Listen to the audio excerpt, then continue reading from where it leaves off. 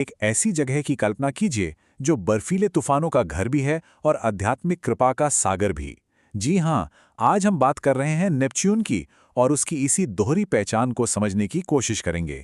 ये सवाल थोड़ा हैरान करने वाला है ना कि भाई एक ही ग्रह, एक तरफ तो 900 मील प्रति घंटे की हवा वाला एक बर्फीला दैत्य है जैसा विज्ञान हमें बताता है, और दूसरी तरफ वही ग्रह अनंत इच्छा और आध्यात्मिक कृपा का देवता भी है जैसा ज्योतिष मानता है। ये दोनों बातें एक साथ सच कैसे हो सकती हैं? और यहीं पे देखिए, विज्ञान और अध्यात्म की दुनिया एक दूसरे से मिलती हैं।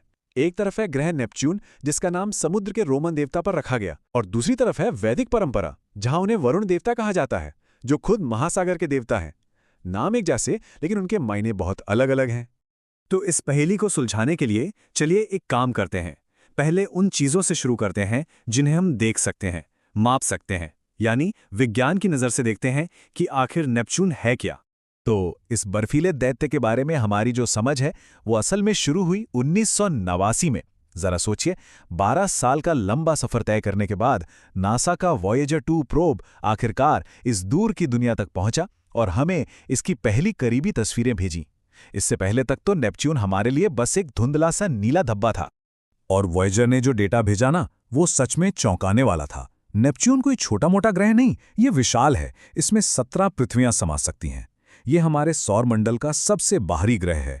इतना दूर कि सूरज की रोशनी को भी वहां तक पहुंचने में 4 घंटे लग जाते हैं। और ठंड इतनी ज्यादा कि अंटार्कटिका का सबसे ठंडा दिन भी वहां गर्मी का एहसास कराएगा। और सोचिए, इसका एक साल हमारे 165 सालों के बराबर होता है। लेकिन एक चीज है जो नेपच्यून को सच में अलग बनाती है, और वो है इसकी हवा। यहाँ 900 मील प्रति घंटे की रफ्तार से हवाएं चलती हैं। ये हमारी पृथ्वी पर आने वाले सबसे भयानक तूफानों से भी 3 गुना ज्यादा तेज हैं, आवाज की रफ्तार से भी तेज। वॉयेजर ने एक और बड़ी हैरान करने वाली चीज देखी, द ग्रेट डार्क स्पॉट। ये पृथ्वी के आकार का एक बहुत बड़ा तूफान था। लेकिन मजे की बात यह है कि कुछ ही साल बाद जब हबल टेलीस्कोप ने दोबारा उस तरफ देखा तो वो तूफान गायब हो चुका था। इससे पता चलता है कि नेपच्यून की शांत दिखने वाली नीली सतह के नीचे एक बेहद बेचैन और तेजी से बदलने वाला मौसम है। तो ये तो था विज्ञान वाला नेपच्यून, ठंडा, तूफानी और बहुत दूर। पर चलिए अब जरा दूरबीन से नजर हटाते हैं और इसे सितारों की भाषा में समझने की कोशिश करते हैं। अब हम कदम रख रहे हैं वैदिक ज्योतिष की आध्यात्मिक दुनिया में।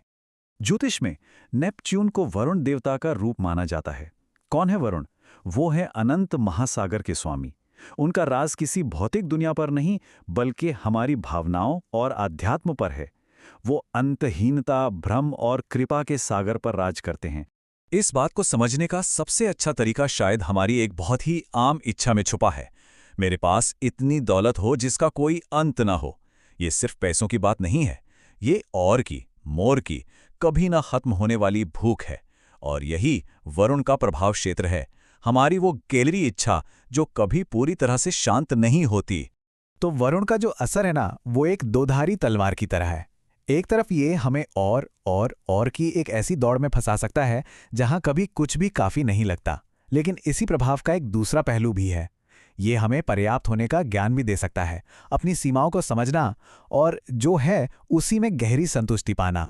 लेकिन ज्योतिष में ना, कोई भी ग्रह अकेले काम नहीं करता। वरुण का प्रभाव तब और भी पेचीदा हो जाता है जब दूसरे ग्रह उनके क्षेत्र में आते हैं। ये एक तरह का, कह सकते हैं, एक कॉस्मिक डांस है, जहां हर एक साथी के आने से पूरा डांस बदल जाता है। वैदिक ज्योतिष ये कहता है कि जब दूसरे ग्रह वरुण के घर में आते हैं तो उनकी एनर्जी मिलकर कुछ नया बनाती है। हर ग्रह का असर अलग होता है।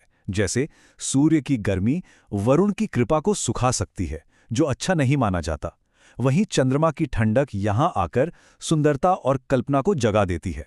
और शनि, जिसे अक्सर एक सख्त ग्रह माना जाता है, वो यहां आकर पुराने कर्मों को मिटाकर अप्रत्याशित धन और आध्यात्मिक जुड़ाव भी दे सकता है। ये दिखाता है कि ज्योतिष में हर चीज का संदर्भ कितना मायने रखता है। तो अब हमारे सामने एक ही चीज को देखने के दो बिल्कुल अलग अलग नजरिए हैं, एक वैज्ञानिक और एक आध्यात्मिक। इसे हम ऐसे समझ सकते हैं, विज्ञान जो है वो ब्रह्मांड को मापता है, उसकी दूरी कितनी है, उसका वजन कितना है, उसकी रफ्तार क्या है। और ज्योतिष उसमें अर्थ ढूंढता है, वो क्या दर्शाता है और हमारे जीवन पर उसका क्या असर हो सकता है। तो सवाल ये उठता है कि क्या ये दोनों नज़रिए एक दूसरे के दुश्मन हैं, या फिर ये एक ही अनंत सच्चाई को बताने की दो अलग-अलग भाषाएं हैं? शायद वो बर्फीला दैत्य और वो ब्रह्मांडीय देवता दोनों एक ही सिक्के के दो पहलू हैं। ये सोचने के लिए एक दिलचस्प सवाल जरूर है।